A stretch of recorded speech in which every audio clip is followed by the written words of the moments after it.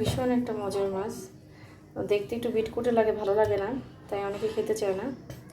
এটা হচ্ছে, দেখাইতে পারলাম না পুরোটা। এই যে এটাকে বলে বাইলা, চেওয়া বেলা মাছ।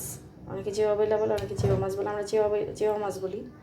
তো এটা ধোয়ার পর আরও ক্লিন হয়ে যাবে। এটা ভাইজা রান্না করলে সেই মজা হয় খেতে, কিন্তু একদম বাইলা মাছের মতো স্বাদ হয়। তো এই যে এখানে একটা ছিল, দেখে যে লম্বা, চেওয়া বেলা মাছ বলে, এটাকে চেওয়া মাছ বলি।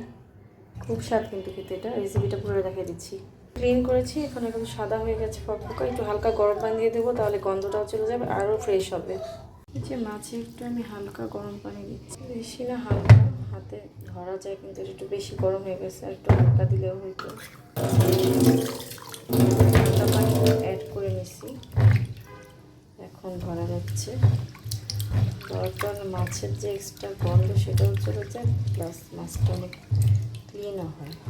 পাচ্ছেন মাছটা কতটা ফকফকা হয়েছে। একটু গরম পানি দিতে হতো, আর গন্ধটাও নেই, অনেক কালারফুল হয়ে যাচ্ছে। এই যে একটু হলুদের গুঁড়া দিচ্ছি, সামান্য মরিচের গুঁড়া, একটু লবণ। মাছটাকে মেখে ভেজে নিই ফার্স্টে, একটু কড়া করে ভাজলে মাছটা খেতে ভালো লাগে। একদম বাইলা মাছের স্বাদ। এটা কিন্তু দেখে অনেকে নিতে চায় না, কিনতে চায় না, আসলে টেস্ট না করলে বোঝা যায় না কেমন মাছটা।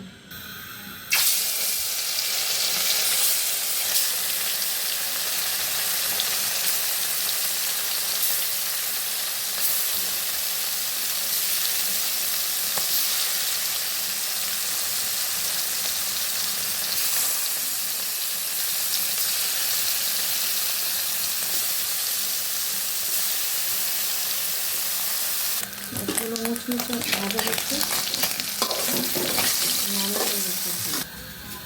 মাছের তেলে সবজি ভেজে নেবে।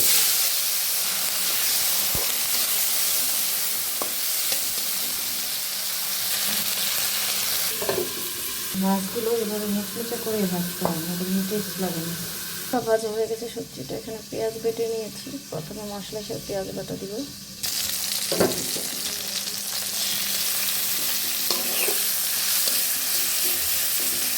একটু জিরার গুঁড়ি, মাছে একটু রসুন বেশি দিতে হয়, আদাটা কম, একটু গন্ধ হয় আদা, দিয়ে দিলাম।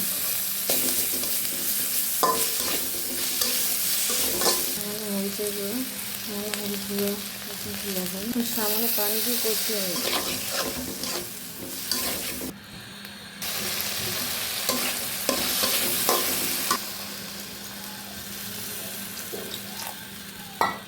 এটা কয়েকবার বলক আসছে, একটু মাছগুলো দিয়ে দিব।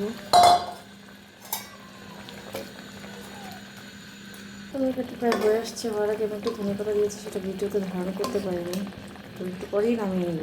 হয়ে গেল আমার সেই মজাদার ভেন্ডি দিয়ে আলু দিয়ে চেওয়া মাছের ঝোল, মানে হালকা ঝোল। খুবই মজার এই তরকারিটা খেতে। আর গত পরশু দিন খেয়েছিলাম, আবার রান্না করেছি, টেস্ট হয়েছে বলেই।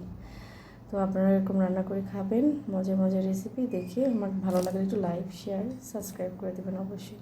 খুবই কিন্তু দুর্দান্ত মজাদার। যারা এই মাছটাকে দেখে অপছন্দ করেন, কিন্তু একবার যদি খান বলবেন আমি আরও খাবো। যেমন আমি পরশুদিন খেয়ে আবার রান্না করেছি।